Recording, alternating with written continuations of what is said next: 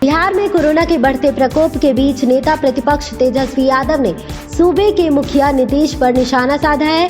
उन्होंने ट्वीट कर बिहार सरकार पर कोरोना के सही आंकड़ों को छिपाने का आरोप लगाया है। उन्होंने कहा कि छवि बचाने के लिए आंकड़ों के साथ खिलवाड़ किया जा रहा है। इस वजह से केंद्र की तरफ से जितनी मदद मिलनी चाहिए उतनी मदद नहीं मिल रही है। तबाही का मंजर साफ दिख रहा है। ऐसे में सीएम नीतीश को अप्रोच बदलने की जरूरत है। तेजस्वी यादव ने ट्वीट कर कहा, नीतीश जी, कोरोना का केस लोड कम दिखाने के चक्कर में आप बिहार का नुकसान कर रहे हैं। वायरस का चेन बढ़ता जा रहा है।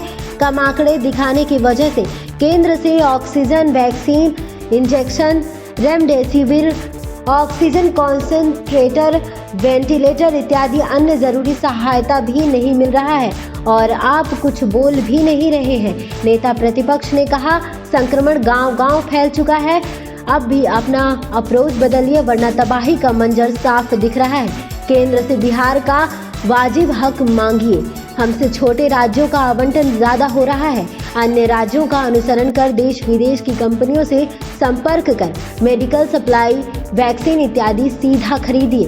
तेजस्वी यादव ने कहा, नीतीश जी, आपसे विनम्र निवेदन है, पिछले वर्ष जैसी गलती दोबारा मत करिए। आंकड़ों में हेराफेरी कर छवि बचाने से ज्यादा जरूरी लोगों का स्वास्थ्य है। आप जांच घटा रहे हैं लेकिन पॉजिटिविटी रेट बढ़ गया है। जांच कम होने से संक्रमण की वास्तविकता नहीं मालूम होगी, उसका फैलाव बढ़ता जाएगा।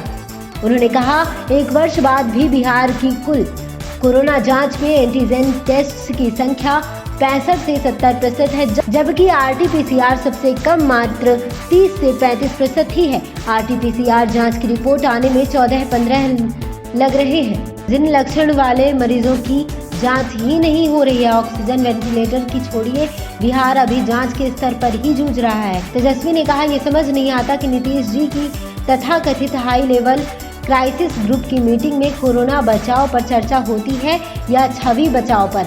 एक भी ऐसा ठोस कदम या निर्णय नहीं लिया गया है जिससे कोरोना संक्रमण को कम किया जाए, मरीजों का उचित इलाज हो सके, अस्पतालों का क्षमता वर्धन हो सके। बता दें आपको, हमें पूरी जानकारी वेबसाइट और अन्य जगहों से प्राप्त की है। जानकारी आपको कैसी लगी आप हमें कमेंट बॉक्स में कमेंट कर जरूर बताएं। Next time Bhojpuri report.